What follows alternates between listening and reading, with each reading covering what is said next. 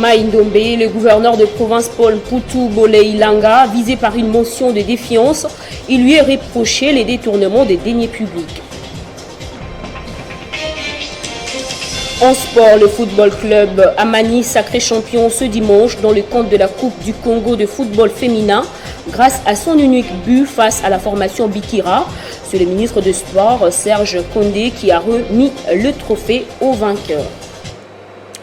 Madame, Messieurs, merci de choisir Télé 50 pour vous informer. Le chef de l'État, Félix Tshisekedi, se trouve de nouveau à Goma. Il revient d'un périple qui l'a conduit respectivement à Beni et Butembo, au Nord Kivu, puis à Bunia en Ituri. C'est la deuxième fois en une semaine qu'il séjourne dans le chef-lieu de la province. Son agenda pour ce second séjour consécutif à Goma n'a pas été rendu public. Reprise du salon Vivatech en France, précisément à Paris, porte de Versailles. La République démocratique du Congo prend part à cet événement européen. Le chef de l'État, Félix Tshisekedi, a donné son point de vue favorable à l'innovation de la technologie par vidéoconférence.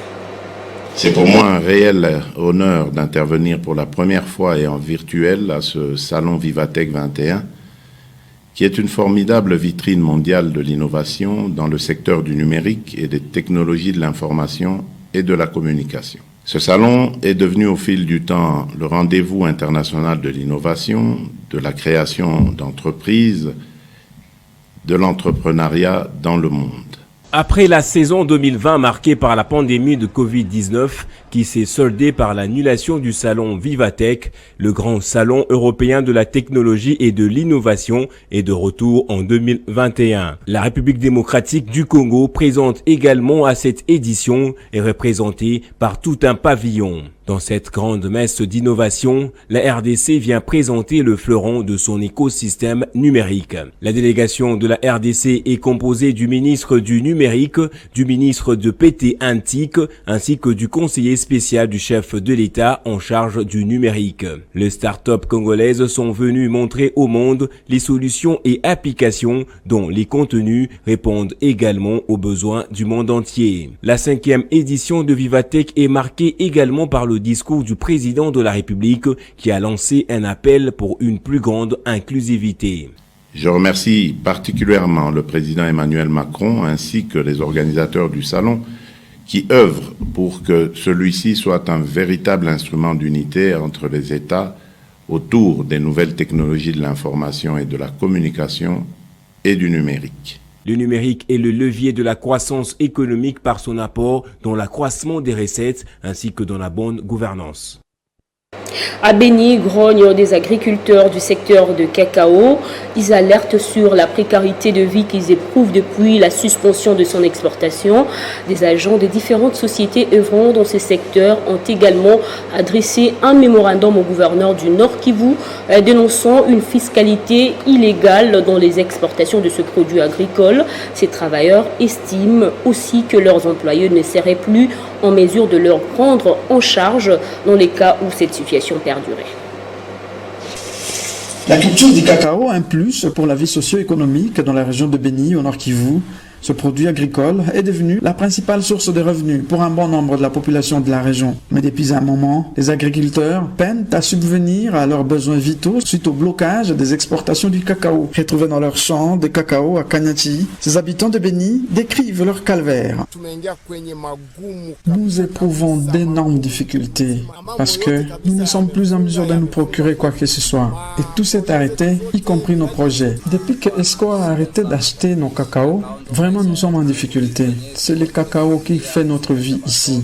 Aujourd'hui, nous sommes devenus incapables de scolariser les enfants. Même leur trouver à manger devient tout un problème. Depuis plus de 2 mois, toutes les sociétés impliquées dans les systèmes d'exportation du cacao dans ESCO Kivu ont suspendu les achats sur le terrain, un problème lié à la fiscalité. Dans ces entrepôts, ESCO Kivu dispose de plus de 7000 tonnes de cacao qui traînent. Une perte énorme, non seulement pour l'investisseur, mais aussi pour l'État congolais. Nous avons été bloqués puisqu'il y a un problème au niveau du système d'exportation. Il y a un service para-étatique qui œuvre avec le ministère de l'Agriculture qui normalement devrait avoir une expertise sur la production qui lui voudrait que, à part les 0,25 la valeur FOB, on puisse leur payer 2% la valeur. Une situation qui inquiète aussi les plus de 670 employés des ESCO Kivu qui redoutent des répercussions qui pourraient aller jusqu'à la perte de leur emploi, ce qui serait un coup fatal pour leur famille, craignent les délégués syndicaux des agents des ESCO Kivu. Dans la province du Mai-Ndombe, le gouverneur est visé par une motion de défiance. Selon les députés provinciaux Koko Pembe, l'initiateur de la dite motion, il lui est reproché l'incompétence notoire et les détournements des deniers publics. 13 de 21 députés ont signé le samedi ce document contre le gouverneur Paul Poutou Boleilanga. Il est attendu donc ce lundi 21 juin à l'Assemblée provinciale du Mai-Ndombe pour présenter ses moyens de défense devant les élus provinciaux. Au Kwilu, l'élection du bureau définitif de l'Assemblée provinciale n'a pas eu lieu suite aux échauffourées enregistrées au sein de cet organe délibérant. Le calendrier électoral pour cette élection est complètement bloqué. Les élus ayant séché la plénière appellent à l'harmonie pour un calendrier consensuel. L'autorisation verbale pour le fonctionnement du bureau d'âge de l'Assemblée provinciale du Kwilu par le vice-premier ministre, ministre de l'Intérieur, a créé de l'insécurité notoire au chef-lieu de la province du Kwilu. La salle de plénière de cet organe délibérant complètement caillassée, les maisons de certains députés sabotées, c'est le bilan des échauffourées enregistrées ce vendredi dans la ville. Tout est parti du calendrier électoral du bureau définitif de cette assemblée publié par ces bureaux d'âge qui a eu un caractère partisan que Bandunuville connaît cette tension aiguë. Nous sommes à l'ère de l'acte. 24 députés sur les 48 qui composent cette assemblée sont présents dans la salle et le quorum des sièges et des décisions n'est pas atteint conformément à l'article 60 du règlement d'ordre intérieur de cet organe délibérant et les bureaux d'âge renvoient les élections à une date ultérieure. Surprise, à 18h du même jour, le même bureau s'est contredit et appelle les élus du peuple de nouveau pour les élections après avoir menacé à mort quelques députés suite à leur absence à l'assemblée, mais la machine toujours bloquée. Monté au créneau, les militants du parti politique Acte de M. Michel Balabala Kassongo qui attendaient l'élection de leur candidat unique Donald Sindani au poste du président se sont soulevés et ont saboté la salle de plénière. Pendant ces temps, la jeunesse de la ville de Bandundu qui la journée est venue avec des messages pour fustiger les comportements de ces groupes de députés barbares se sont organisés pour protéger les élus légalistes se trouvant en insécurité et soutenir l'union sacrée de la nation et son initiateur Félix Antoine Tshisekedi Tshilombo.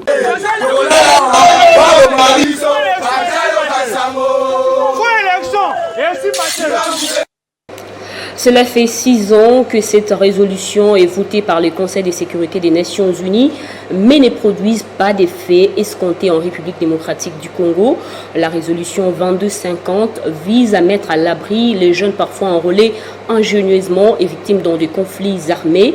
À Kinshasa, un atelier de renforcement des capacités a été organisé en ce sens par l'UJCC en compagnie de la MONUSCO. Les organisations locales de promotion des droits des jeunes continuent de lever le ton pour une plus grande appropriation nationale de la résolution 2250. Une résolution adoptée depuis 2015 par les Nations Unies et qui vise à protéger les jeunes actifs et victimes des conflits armés. C'est dans le cadre de notre projet de Faulu Pamoja, que nous sommes en train d'exécuter sur la jeunesse dans notre pays, qu'il s'avérait important que les jeunes soient formés et informés sur les instruments juridiques qui les protègent, mais aussi qui protègent leurs intérêts. Entre autres, la résolution 2250, sans oublier la charte africaine de la jeunesse, mais aussi la politique nationale de la jeunesse. Ce que nous pouvons retenir, c'est qu'enfin, les jeunes ont les instruments juridiques qui sont réellement des armes qu'ils doivent utiliser pour garantir, mais aussi défendre leurs intérêts. Vous savez que nous avons pour objectif d'amplifier la voix de la jeunesse, mais aussi de garantir la présence des jeunes à des postes de prise de décision. L'atelier a donc pour objectif principal de faciliter et permettre la maîtrise du contenu de la résolution ainsi que des autres instruments juridiques protégeant les jeunes en vue d'outiller les acteurs clés à une meilleure répercussion à la base. Les jeunes se sont organisés en commission de travail. Les résolutions, les premières recommandations étaient adressées à notre gouvernement, au chef de l'État, mais aussi au ministre de la Jeunesse qui représentait le gouvernement ici. Les jeunes ont montré leurs préoccupations par rapport à la vulnérabilité qu'ont les jeunes quand il s'agit de postes de prise de décision. Cet atelier qui s'est tenu du 18 au 19 juin à Kinshasa a réuni un échantillon important d'acteurs clés de mise en œuvre de la résolution identifiée selon leur secteur d'intervention. Au respect du couvre-feu et d'autres mesures barrières, un groupe d'Équinois et des expatriés a été interpellé par la police pour violation de ces mesures prises par les autorités. Conséquence, les restaurants Calonge est fermés jusqu'à nouvel ordre. Les expatriés doivent aussi apprendre à respecter les lois du pays hôte. Selon le général Silvano Kasongo, cette décision administrative doit interpeller ceux qui ne respectent pas les lois du pays. Ces récalcitrants ont été présentés devant la presse. Mon Jean me respecte. Je pense que mon Jean, vous avez suivi que le bar Calange était ouvert. Sur son parking, il y avait une quarantaine de véhicules. À l'intérieur, l'ambiance était totale, c'était bourré de monde, comme si rien n'était. Ainsi, vous nous avez instruit à ce que nous y remettons de l'ordre. Voilà ces récalcitrants. Voilà ces gens qui s'en foutent des mesures du commandant suprême. Voilà, mon Jean, ces gens qui n'obéissent pas aux lois de notre pays. Bien qu'ils s'enrichissent dans notre pays, mais n'obéissent pas aux lois de notre pays. Ils sont là et j'estime qu'ils doivent servir d'exemple. Un exemple fort qui doit interpeller tout le monde. Faire voir à chacun que la loi existe. Elle existe et doit être appliquée de tous. Et nous avons jugé bon prendre plus les travailleurs dont les Indiens que vous voyez, et les autres compatriotes congolais qui s'en foutent de tout. Ils sont là. Ils vont répondre de leurs actes conformément à la loi, et chacun d'eux rendra. Et c'est dans le but de permettre aux agents de l'ordre de l'ICASI, dans la province du Haut-Katanga, de bien effectuer leur travail, que le gouverneur Jacques Yabula a remis à la police nationale congolaise 2 jeeps de marque Land Cruiser. Et dans l'optique de renforcer la capacité opérationnelle de la police nationale congolaise, ville de l'Ikassi a bien mené sa mission régalienne, qui est celle de protéger la population et ses avoirs, que le gouverneur Jacques Yabula Katoué a remis les clés des contacts des 2 jeeps pimpant neufs à la PNC l'Ikassi. L'esplanade de la mairie a servi de cadre à la brève cérémonie à laquelle les membres du conseil urbain ont pris part. Dans son allocution, peu avant de remettre symboliquement les clés au maire Petu Kapandé, le chef de l'exécutif provincial du Haut-Katanga a souhaité voir ces véhicules ne servir qu'aux seuls besoins de la sécurisation de la population.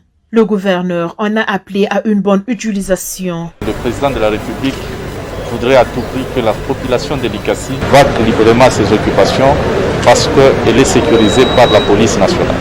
Et cette police nationale, pour assumer convenablement ses missions, doit être dotée de moyens logistiques afin de s'acquitter de sa noble mission. Raison pour laquelle nous vous remettons ce clé de contact, mais avec une note particulière en insistant à ce que vous veillez à ce que la gestion de ce véhicule soit rationnelle et soit assurée en bon père de famille.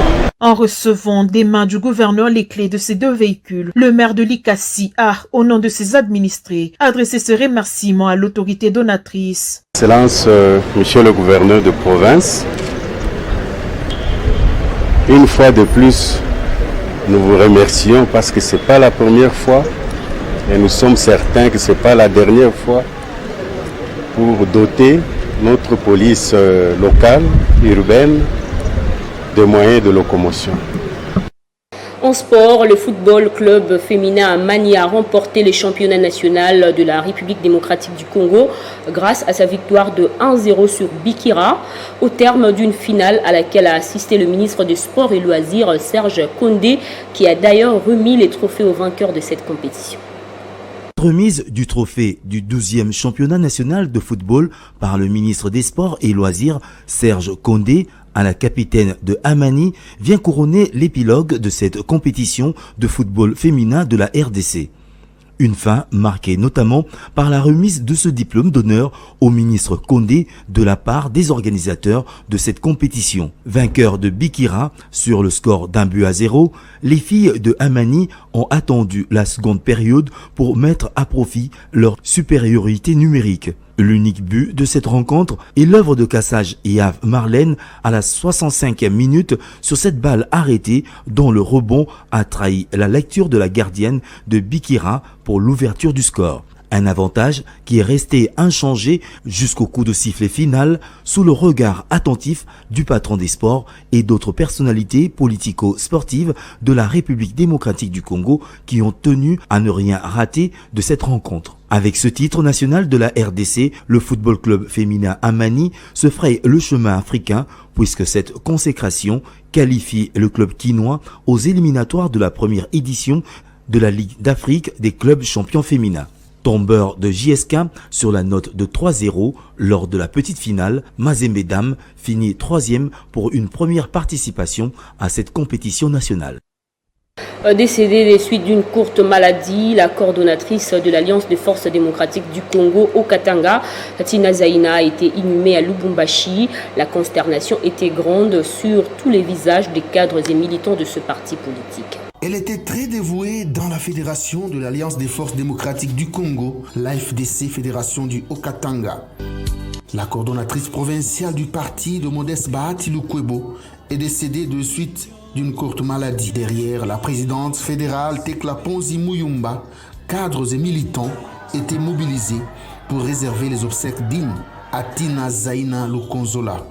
Tous ont commencé par la morgue de la polyclinique Afia Don Bosco de Lubumbashi. Le cortège funèbre s'est ensuite dirigé à la nécropole Rivière des Anges, Kasangiri, dans la banlieue de Lubumbashi. Plusieurs oraisons funèbres ont été prononcées.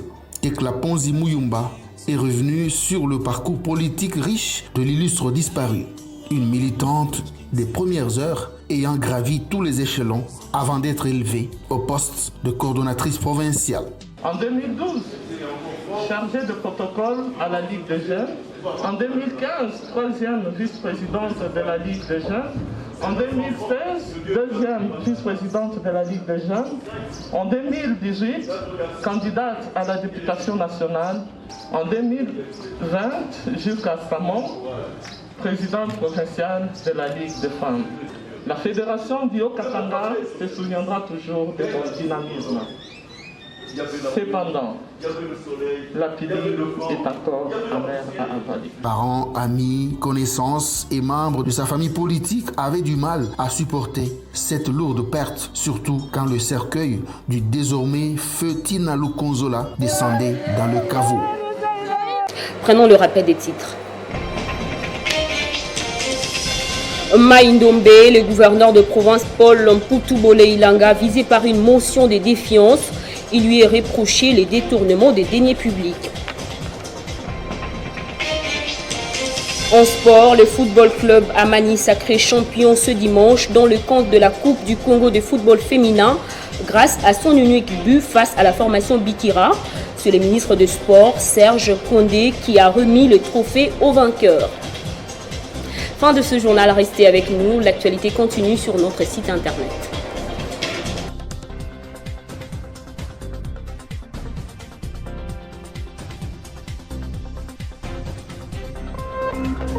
Téléchargez les infos Télé 50 sur www.tele50.cd.